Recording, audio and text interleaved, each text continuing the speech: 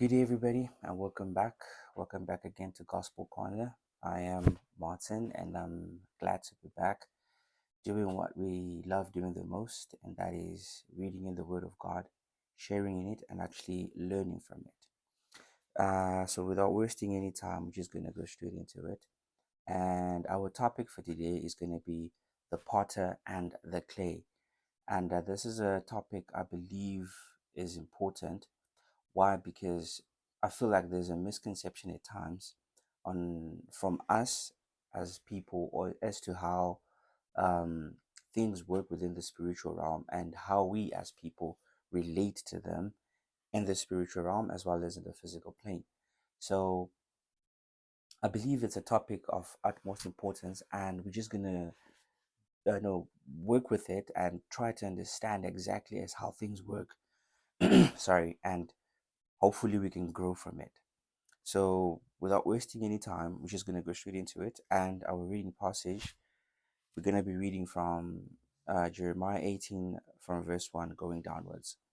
And it reads as follows: The word that came to Jeremiah from the Lord: Arise and go down to the potter's house, and there I will let you hear my words.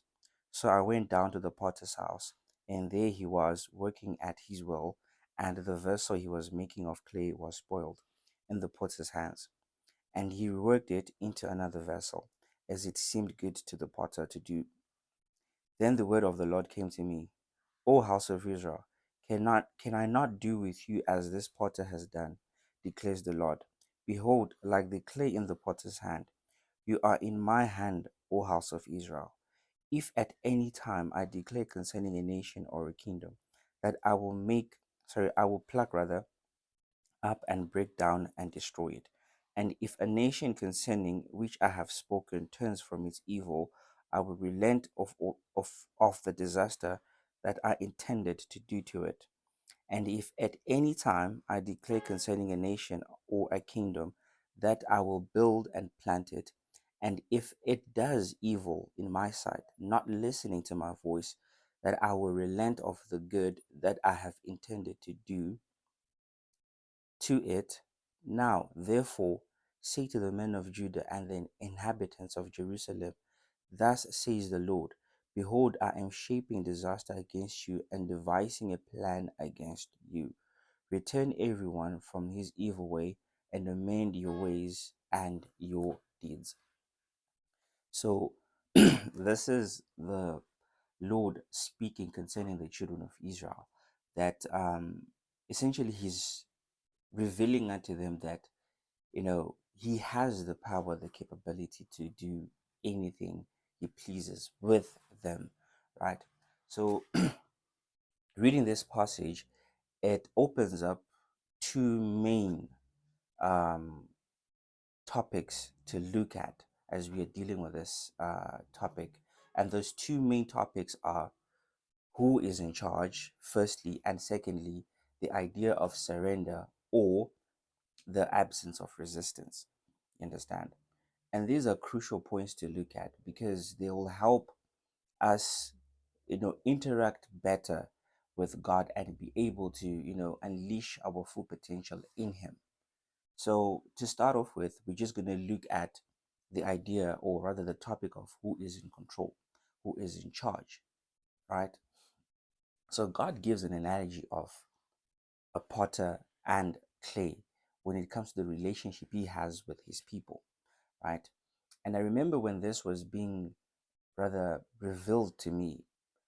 When someone is telling you something and you are catching what they're saying, but you're not fully understanding what they're saying, you quickly latch onto what they're saying, and you're also adding your own, points and ideas and everything. So when this was being, revealed unto me, I was likening the potter and the clay to how the process works to a baker and, you know, the cake, if I can call it. And I remember when I was having that, rather my own analogy working within my own brain, I was quickly, corrected in my thinking, because there is something fundamentally different between a baker and a potter.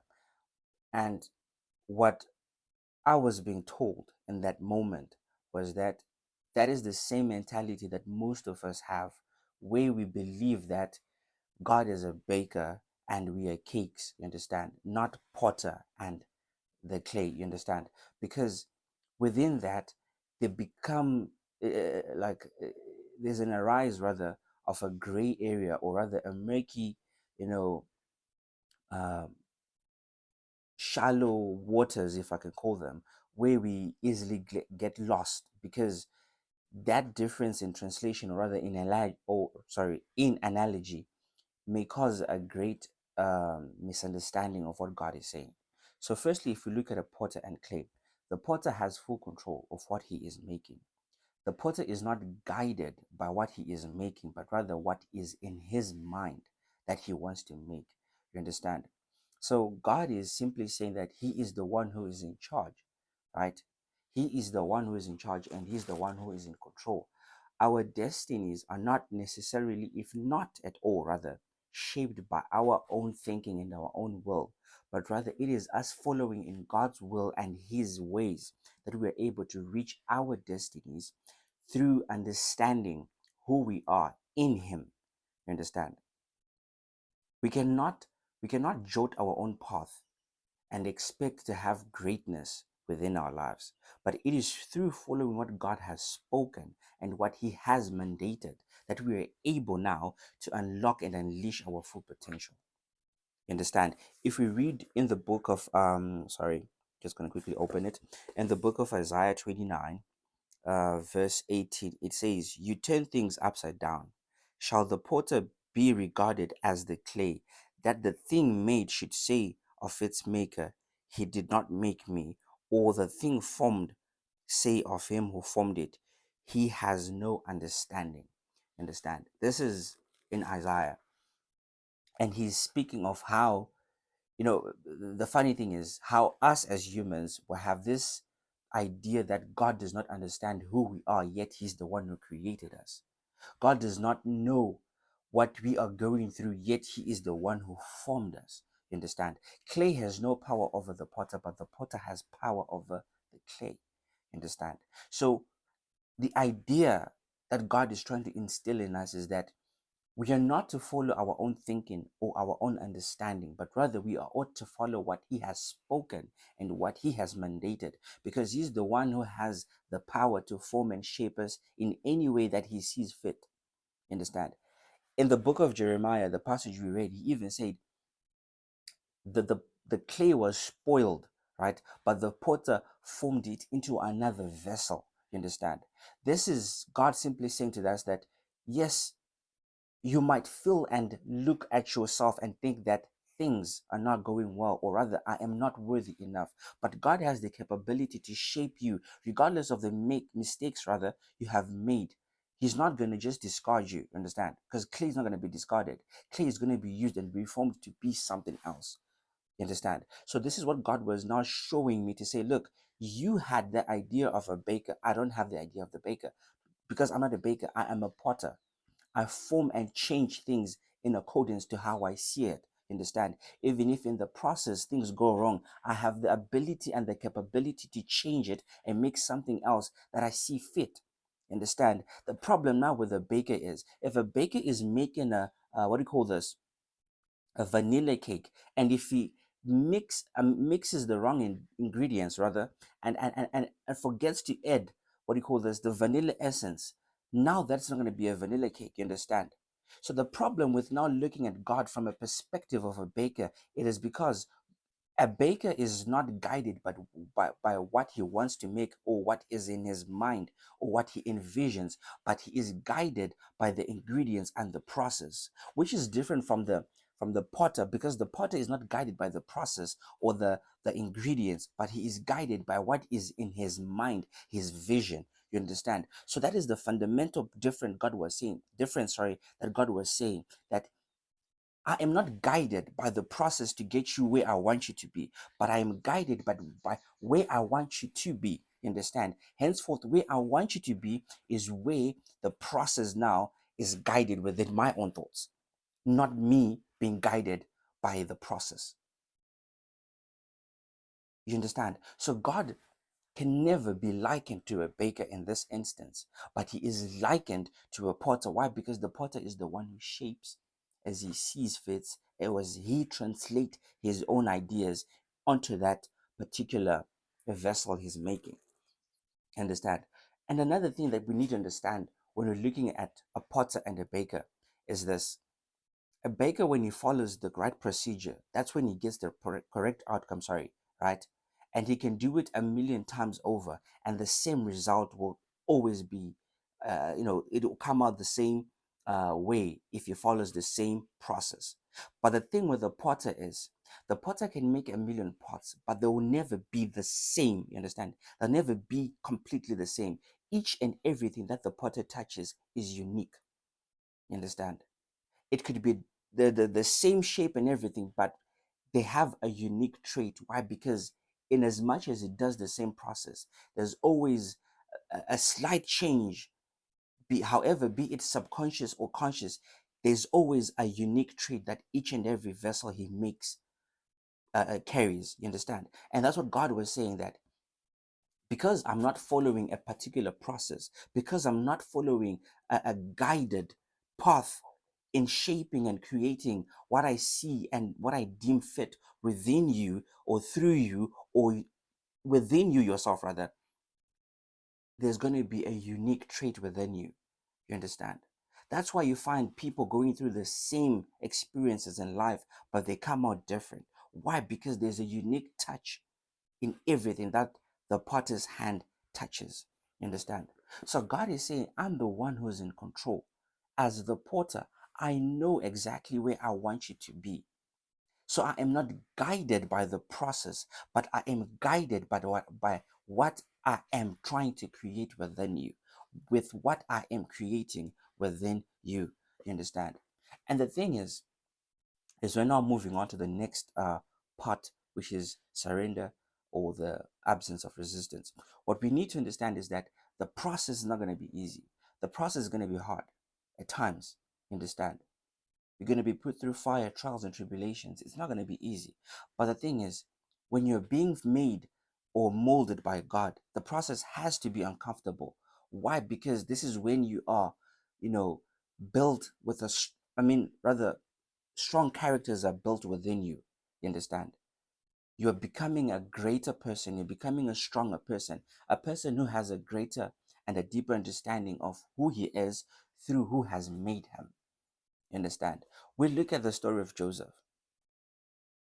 When God wanted to seat him on the highest seat in Egypt, there was a fundamental understanding that the Joseph that we saw in the beginning of the story, who was showing off to his brothers, who was proud, you understand, could not be the same Joseph who would sit on the throne of Egypt. Why? Because that pride and that showing off was not what God needed to be seated at that throne. So God had to mold him and change his ideas and his thinking, right?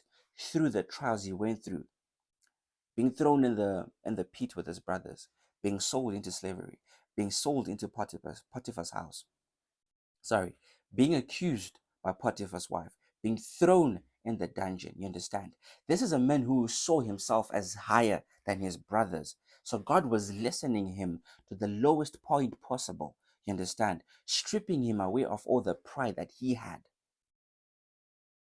till he eventually understood that he is just clay and God is the potter. You understand? That's when God was able now to take him on the highest set in Egypt, right? The molding process, the process of being changed, the process of being, stripped away of the false identity that you have carried on this earth, and having God instill his understanding, his knowledge, and his very own identity upon you that he had upon creation. Amen. So that is fundamental for us to understand. God is the one who is in control. God is the one who is in charge. Yes, we are the ones going through life. Everything that is happening is seeping through us, but God is the one who is in control. You understand? And then now we speak of the second part, which speaks of um, surrender, or the idea of no resistance. Understand? And this is the crucial part, because when we look at clay, if clay is too hard, You understand? The potter cannot mold it. Why? Because it is rigid. It is not going to, surrender to the touch of his hand. You understand? It is just going to stand rigid and nothing can come out of it. Why? Because it is too rigid. You understand? So, us as clay, it is within us to be in a position where we are, malleable and, you know, not resistant to the potter's touch, to the potter's molding. Why? Because we cannot be the vessels that God wants us to be when we are rigid and we are hard. You understand? This is not to say we ought to be soft, because again, if we're too soft, we cannot stand. You understand? If clay is too soft, it will fall apart. You understand? We need to be in the right standing with God so that He is able to use us as He wants us to be. Mold us into the people and the vessels that He wants us to be. You understand? So when we're not talking about this, the absence of resistance, we have to look back at the children of Israel moving from the, what do you call this, land of Egypt into the promised land. If you read the Bible, it speaks of how they spent 40 years in the wilderness, 40 years to get to the promised land. You understand? I always find it crucial and very interesting how where we stand, rather, or how we interact with God will always, dictate the narrative, sorry, of our lives. You understand?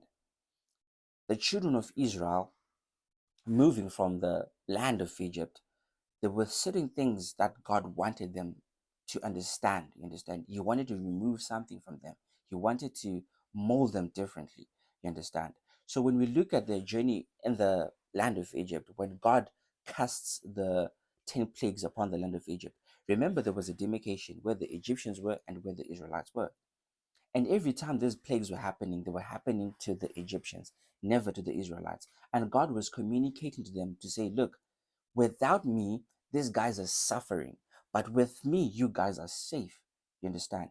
Because remember, in Egypt, there was an ideology that there were multiple gods, right? So God was saying they have a plethora rather of gods. But look at them, they're suffering. But you have me, you're safe. So God was trying to remove that ideology of a multi-god system and have him be the only God that they should only worship, right? And from the first plague to the last thing, that was God trying to communicate that essence to them, right? Eventually he moves them out, takes them to the promised land, and it takes 40 years for them to get there. Why? Because they still held on to that idea of a multiple god system. And God was trying to remove it from them. Why? Because the land He was taking them into also carried the same system. So you do not change a person's location for them to be in a better standing with God, but you change their mindset. You understand? You change their mindset. You change their ideology. That is what God was trying to do. Remove the multi-God system from their mind before He plunges them into a land where that same system exists. You understand? But the children of Israel, because they were resistant to that teaching, they were resistant to that molding, it took them 40 years. So when we say it took the children of Israel, sorry, it took the children of Israel 40 years to get to the promised land. That is wrong terminology, but rather it took them 40 years to change their mindset. Because if they changed their mindset from the word go, they would have made it to the promised land in the right time. But because they were holding on to what God was trying to remove from them, it took them 40 years. You understand? So that is the same thing that we need to understand. The longer we resist God's control over our life and we do not surrender to Him, it's going to take us long for us to achieve what God has set before us. It is not enough for God to tell you that you're going to be a great person and you try to move to that greatness in your own way. You understand? You're not going to make it. But rather, you need to surrender into God's will and His ways and allow Him to make and mold you into that perfect vessel so that you can reach that destination. You can reach that spoken promise that He has made upon your life. You understand? So it is futile for us to resist God's teaching. It is futile for us to resist God's molding because it will only prolong. what is supposed to happen within our lives. There's a saying that says, do not delay the inevitable, because the more you resist, the more you're just delaying your own progress. You understand? So that is what rather, I had for us today, to understand that God is the one who's in charge, and we ought not to resist and delay our own, and delay our own breakthrough, and delay our own, destinies. Why? Because God needs to mold and change us as He sees fit. So thank you for joining me, and I hope this is going to help someone. This is going to enlighten and open our minds to God's truth, and we're able to move and be changed by it. So thank you for joining me. Have a beautiful day, and God bless.